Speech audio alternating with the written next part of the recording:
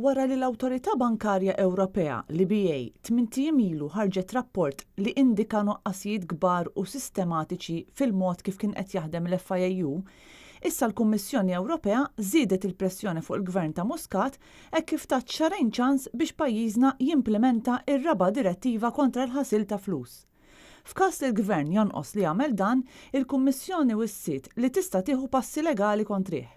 Il-Kummissjoni qed tagħmel pressjoni fuq il-Gvern Malti biex jimplementa din ir-raba' direttiva, hekk kif il-Parlament Ewropew diġà ilu 3 xhur li ħareġ il-5 direttiva li tkompli tibni fuq ta' qabilha. Dawn ir-regoli u direttivi huma ntiżi biex isaħħu l-ġlieda tal-pajjiżi membri tal-Unjoni Ewropea kontra l-ħasil ta' flus u l-iffinanzjar tat-terrorizmu.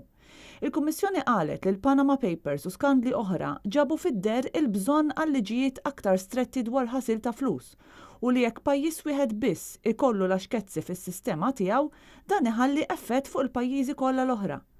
Il-maġġoranza tal-pajjiżi qegħdin jimplementaw dawn id-direttivi, iżda l-Gvern Malti u fost dawk li għadu ma implementhomx. Din l-azzjoni min-naħa tal-Kummissjoni Ewropea timmarka l-aħħar stadju fil-proċess qabel mal-każ ta' Malta jittieħed quddiem il-Qorti Ewropea tal-Ġustizzja.